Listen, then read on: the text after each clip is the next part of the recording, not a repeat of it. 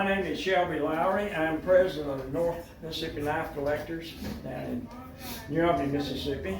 Have with me today Ron Reed, who is a very personal friend of mine that lives over in Houston, Missouri. For quite a number of years, Ron had a knife business there. And I sold him a lot of knives, and I bought a lot of knives from him. And we both saw the need for people to be educated about knives. And the main thing was about the counterfeiting that was going on in the industry. It goes all the way back to the early days. There were people, and you can read about it in a lot of these books. If you read the book on counterfeiting antique knives by Gerald Witcher, it tells you where some of the first counterfeiting started up in Bradford and that area around Olean, New York. But anyway, unfortunately, it's still going on today.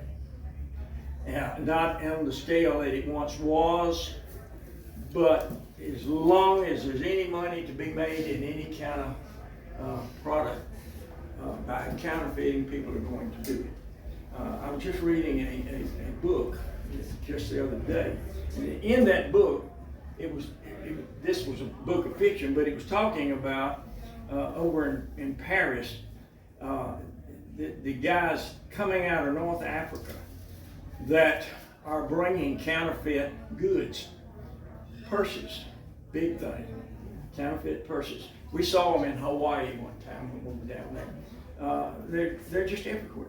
And you wonder, why don't the police do something about it? Well, they just don't want to bother. That seems to be the way things go today. Well, we don't want to bother them, just let them go and do their thing. Well, that's not a good thing. Well, in counterfeiting, probably the only people that are apprehended and prosecuted are counterfeiters of money. You don't ever hear about anybody being prosecuted for counterfeiting a case knife. It's probably on the bottom of the list. And it would be hard to prove that, because if you bought a knife from somebody and it turned out it was counterfeit and you found out about it, you could take it back and say, he said, I didn't know it was counterfeit. I bought it just like it was, you know. Well, what are you going to do? He might give you your money back, but there's a good chance he won't. So you need to know what you're doing before you go out and start buying antique case knives, and that's just it. Well, anyway, I'm just running on here, but I want you to understand about counterfeiting. They're out there. Unfortunately, during the early years, Case had, and Shirley will back me up on this, Case had case repairmen scattered throughout the country. They would send knives to them and have them repair them, send them back to Case. People would send in knives, and that was just a common practice. And but further on down the road, about the late 80s and 90s, I happened to buy a knife. Well, I didn't buy it. Let me back up. I didn't buy it. I was about to buy it. And I went, and I happened to take it over and show it to a friend of mine, Lynn Hester, who had the gun and knife show in Cuba, Mississippi. And I just showed it to Lynn. He looked at it. It was a 6380 Whittler. And he said, oh, something wrong with that knife. I said, what do you mean? He said, it looks like a heat on it for that particular knife. And the handles were wrong. And that's the kind of thing you would see. But then there are the more refined counterfeiters that really know what they're doing. And they have gotten a lot of them to the point that they can almost make one look real and authentic. And you better be good at identifying that, or you won't know it. Now, that may not sound much. They only counterfeit basically the older antique knives. Tested XX era, double X era. when it got to the 70s, what happened? Case started putting what on the tank stamp to date that night? 10 dots. The dotting system started. Well, that sort of fouled up the counterfeiters because that's a little hard to put on a tank stamp and make it look good. But they could do the others because it wasn't as much put on there. And I'm going to show you a lot of that. But anyway, that's where we were. Well, anyway, to make a long story short, the guy that was doing the counterfeiting there at home, Bill Robinson, a friend of mine, had a hardware store, and he found out about it. He and I talked about it. He contacted Case and said, "You need to get it stopped." So they wrote the guy a letter, and it told him to cease and desist all your activities and return the remaining parts back to Case. Now, I don't know that he ever did that, but he apparently quit counterfeiting case knives because they sort of quit showing up at knife shows and places. So, that's what you've got to do. So that's why I say we've got to keep pushing to educate people so that they will not buy counterfeit knives. Now, I'm going to give you one of these booklets to take home with you. It's got a lot of information in it that I think would be beneficial. I'm not going to try to make you an expert in identifying counterfeit knives.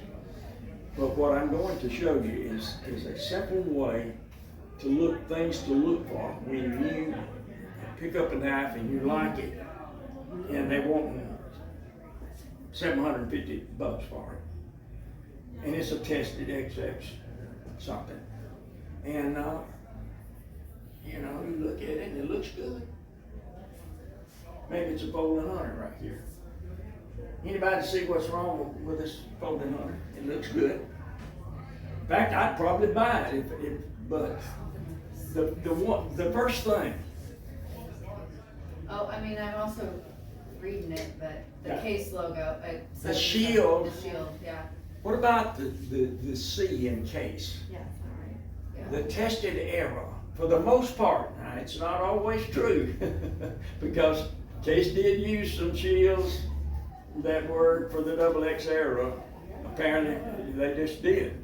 But that C is more closed on the tested error knives. But this one is pretty much open, just like, and that's a XX shield, is what we would say that we would call it. Okay, next one. Now, what do you see wrong here? Look at that time stamp. Looks fairly good, Of course, I just, when I see it, I automatically see what's wrong. They stamped it. It's what we call cold stamping. They stamped it with a dye or whatever. And of course, the blade wasn't heated like they do in the factory. And when you stamp something with a dye like that, what it does, it expands the metal. Oh, it causes bulges. Bulges out, and you can see that. Now, what they did, they took a blade from whatever era, and it might not even, sometimes it's not even a case blade. And we're not sure about this knife, and I have it up here. It might not even be a case frame to start with. We don't know. Jim Sargent and I worked on these knives for several years, and he helped me put this together. And but anyway, right off the bat, I'd look at that and I'd say, "Oh, this knife's complicated. You don't want to buy that knife." Next one. Then on the back side of the blade, what's supposed to be there? The pattern. There is no pattern. You say, well, what did they?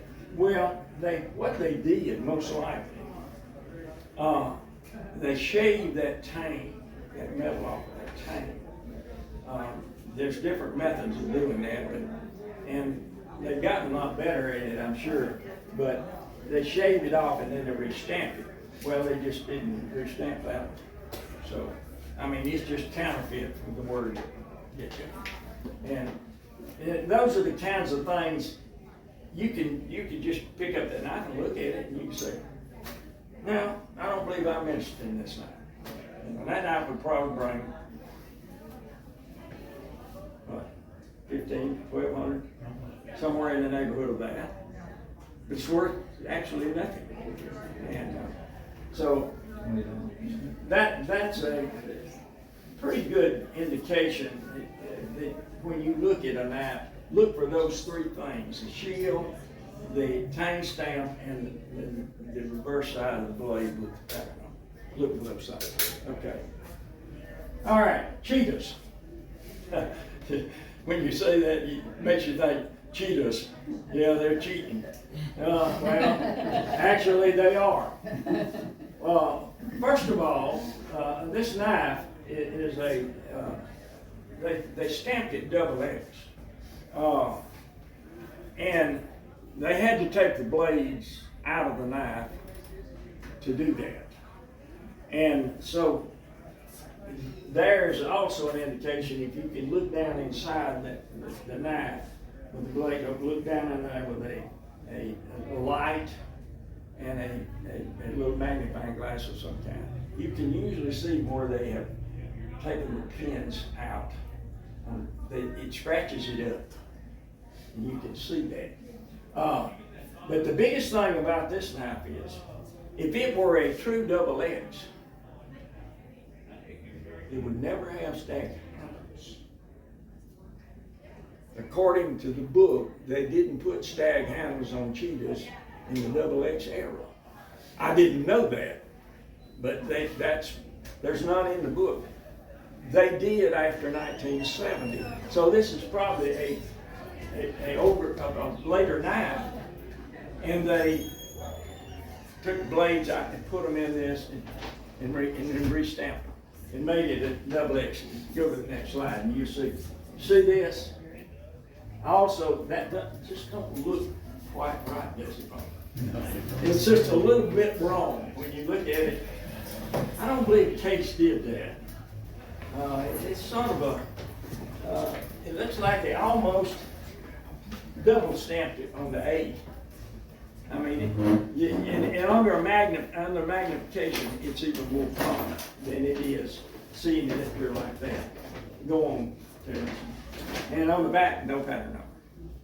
So all those things, see, are just simple things, but if you know that, you can say, well, in Jim Sargent's book here, there is no staghound cheetahs in the double X era.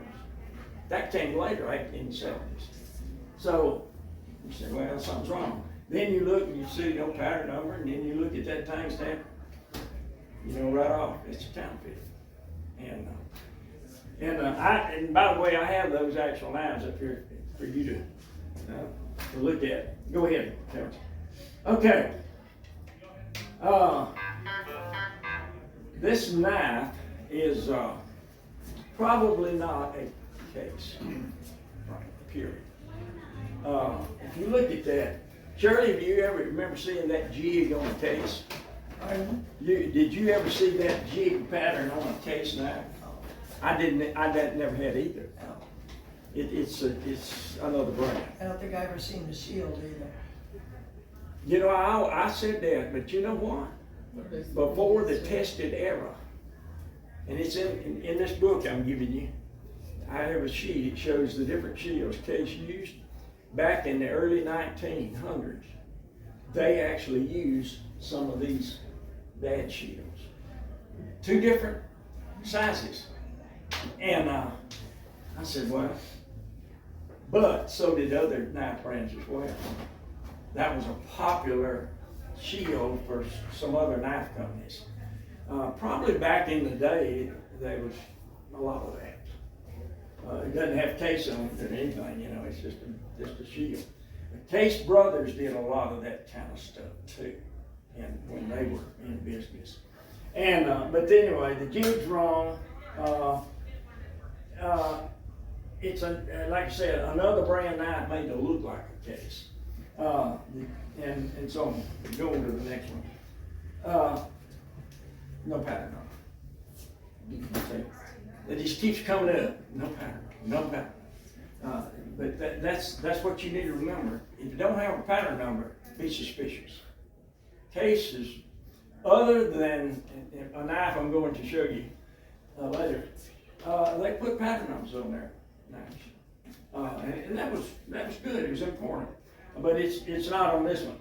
I don't think this is a case frame. I don't know what company made it. It didn't look like a queen to me either. Counterfeiters use queen knives a lot of times to make counterfeits go on.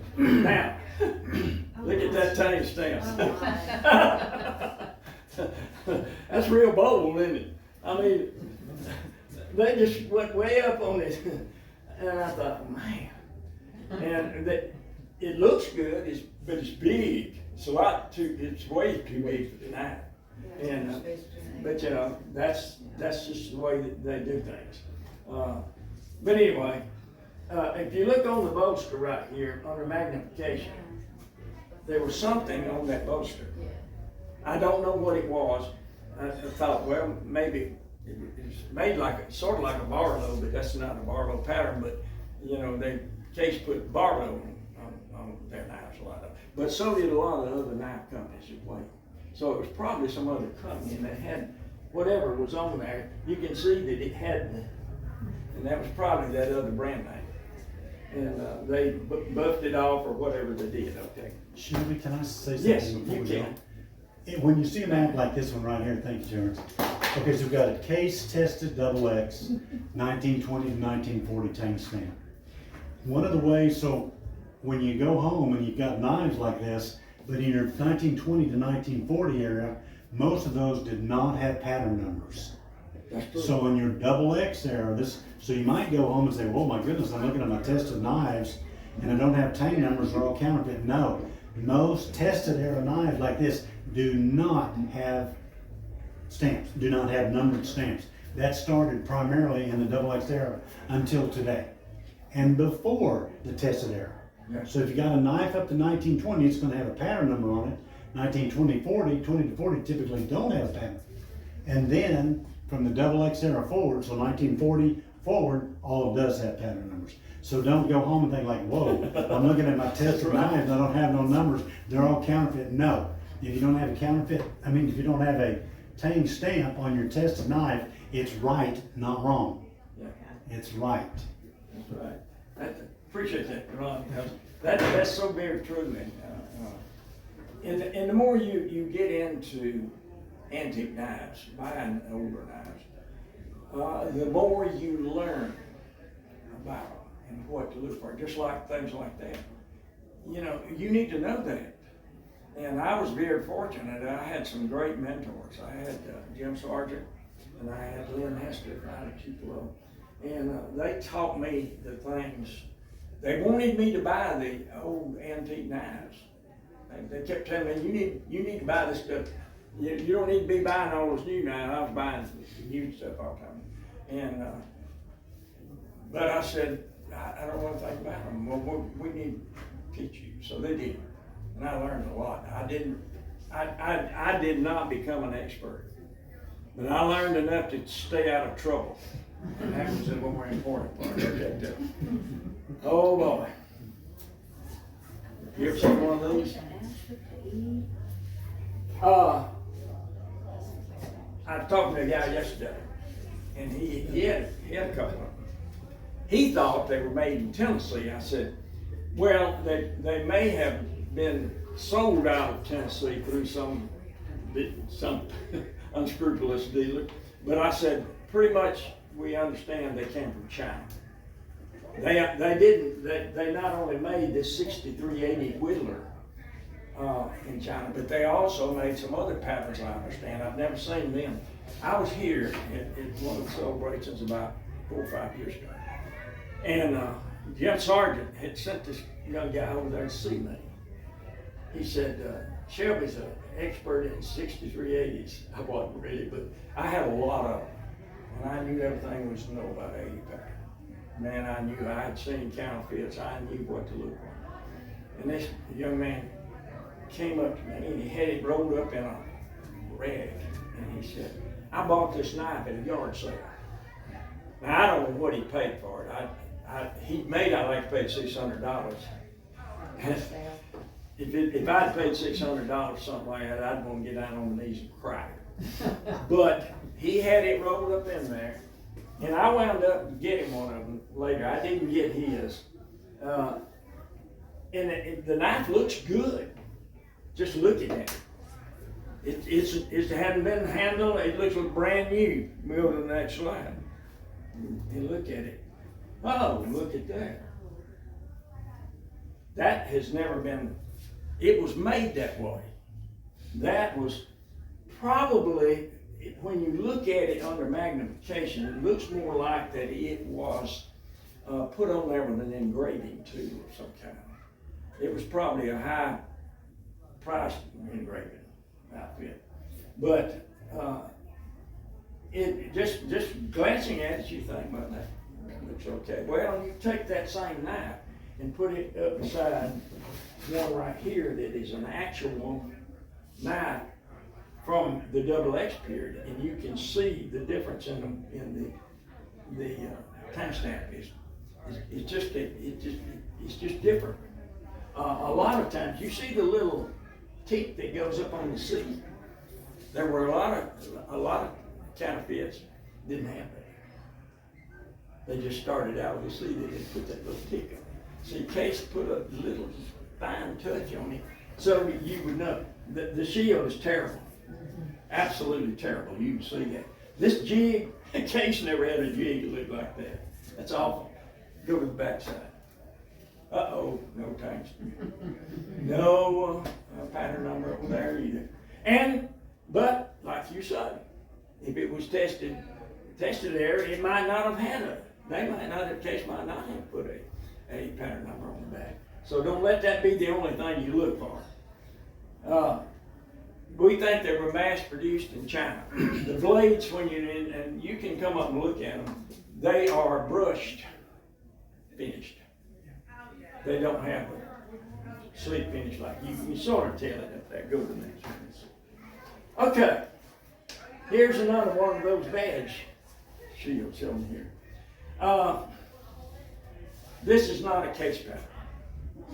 I've looked and looked and looked, and I've never found a case pattern like that. The blades seem to fit fairly well, but look how it's a miniature timestamp. It's not very big. It don't fit anything. And of course, the way I first thought it was a later blade from a later era, more modern, that had that, what you call it? Yeah, new grind blade. Yeah. New grind blade. But I'm not sure it was. But anyway, it's just not, the blades either have been cleaned or it's one of those new grind blades, one or the other. And the jig is not a case jig. Also, all of that's wrong. Go to the next one. Now you're gonna see it's stamped on the back side of the blade too with case tested XX. They wanted to get it everywhere. But now that was not totally uncommon. Case actually put a timestamp on this blade, and they would put one on. If it had two blades, they'd put another one on a timestamp on it, just case tested XX. A lot of the older knives did that. So that you know, maybe they were trying to imitate that. I don't know. But anyway, it's not a case knife. So there's a good look at it. It's got two blades, but the blade just don't look right. Don't know what it was or where it came from, but it's counterfeit. It's not a case. Okay. And now you can really say, yeah, that's not a case. I know. Well, they tried to make it CASE. There it is. they stamped it on there with a punch of some kind, with letters. And actually, this is an all metal knife. I don't know what it is, it's not a case. Never knew the case to make something look like that, but they just took an old, cheap old knife and made a case out of it. Go to the next one. Of course, that's the backside and there's nothing on it. The blade looks like they put it on a grinding wheel and finished it. It's rough looking. Yeah. Okay. You believe that's a 5380 Woodley? Well, it's not. And you know why I knew it first when I first saw it on eBay? I looked at that and I said, wow! Then it dawned on me. Wait a minute. Case did not make a stag handle 680 pattern. But somebody one time said, well, they did. I said, yeah, they did, 1984. They made a second cut stag whittler set. And I've got one of them right there. Made in 1984. It was the case made them, and that they ceased production in the 80s, the 80 patterns in 1976. I got one in my pocket, I told, and that broke my heart. I love those 80 pattern whitters. But they lost the die, didn't they, Shirley? And said they could never make them again. I thought, that's the way it goes. But anyway, beautiful stag. Absolutely. You look at it and you say, hey, man, that's pretty. And bad tanks. That's a bad tank stamp. It's just not right. And so I bought the knife. I talked to the guy that I think I gave him $50 for it. I just wanted it because it was counterfeit and I wanted to use it later on. Okay, Terrence, show them the difference. Okay, they actually put a pattern number. I guarantee you that one was put on there with an engraving too. You can look at it if you want to after, so you can actually see they use an engraving too. Now, what's wrong with that knife?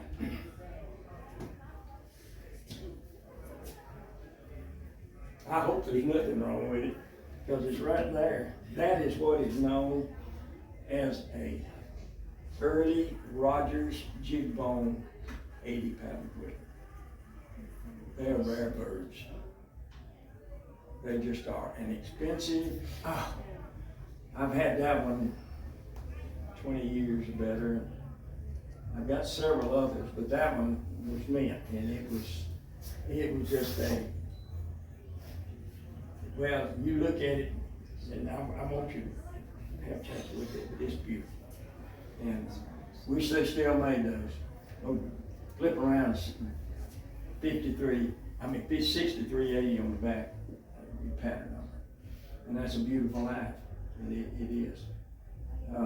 So go on to the next one. Tested XX Traveler. Did it have problems? No, it's real. It's real all the way. And had that one 30 better years, maybe. Ron, you've seen it lots of times. And I've still got it. Shelby, before you move off of it too, because I know probably everybody here has trappers in their collection. As trappers got newer, your rear bolster got longer. So when we look at a tested arrow right here, notice how short your bolster is in the back. That's right. If somebody brings you and they bring a tested XX knife and it's got a modern, long, strong bolster and thicker, it's counterfeit.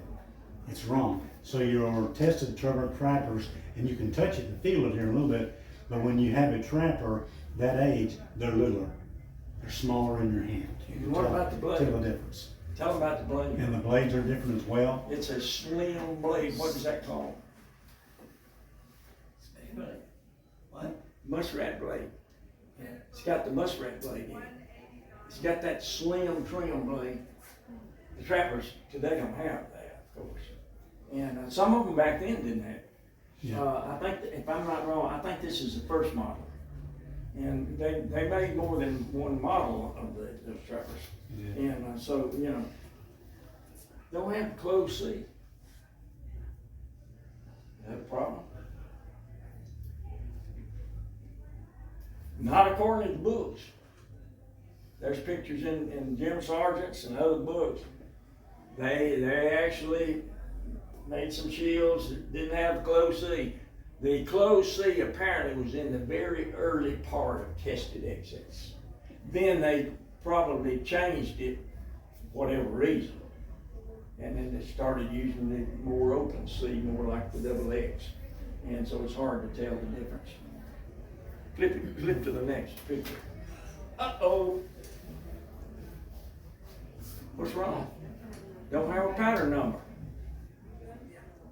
Is that a bad thing?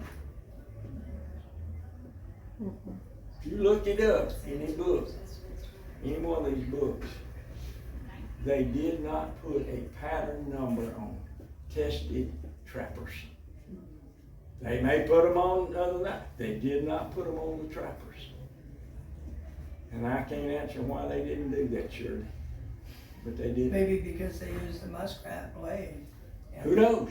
You know. But they just didn't do it. And but you know that those are just little things that you need to sort of get in printed on your brain to remember that some of the things I tell you are going to be one way, and then some won't be.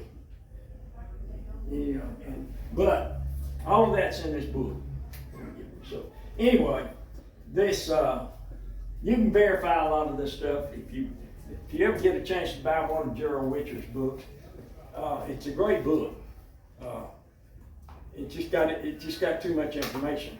I mean, It's a lot. It's a lot, and it gets real deep. It really gets intricate in different, pattern numbers and stamps, and he goes. It's not just his is not just case knives. It covers a lot of brain. Jim Sargent's books are a must. You just have to have them, and but they're very important. You say, well, and Rod and Randy were a little dubious about letting me present this program. I said, look, what I want to do is to let people know, if you don't know what you're doing, you don't need to go out there and start buying antique case knives, double X's, and over knives. I love them, and I had a lot of them at one point, but I had somebody to help me what to watch for. You need to buy from somebody like Shepherd Hills. They don't have counterfeits. They handle authentic case knives, come from the factory. They have SFOs that are special factory orders that you don't have to worry about those knives because their knives are going to be right. And I told Ron Randy, I said, now we want to promote you in your business because you are helping people by selling them genuine, authentic case knives. They don't have to go home and worry about, is this knife, man, I wonder if this is really right. And, that's why, unless you're just dead set on going back and buying old case knives, you better stick with the authorized case dealers. It's important. I just wanted to comment that an SFO is a special factory order. If that particular dealer orders, nobody else can buy those knives from the factory. That's exclusive to that person. And that's a really good thing. It is. I bought a lot of them back early when they started putting those out from Shepherd Hills. Unfortunately, I sold most of mine a few years ago, but now they're worth a lot more money. Yeah, they are. I understand there's a Jaguar that, I think it's Pearl, did about $10,000. Yeah, so, you know. Larry can tell you that these Brian Yellow Horse knives are very expensive, aren't they, Larry? Mhm. But They go up in price. they're gonna go up in price, and they're gonna bring a lot of money down the road. You may have to wait a long time. Ron and I, you know, went through some, I had a lot of SFOs at Shelby Lowery, and I let him have a lot of them, and they just sit on the shelf in his knife store for the longest, nobody wanted them.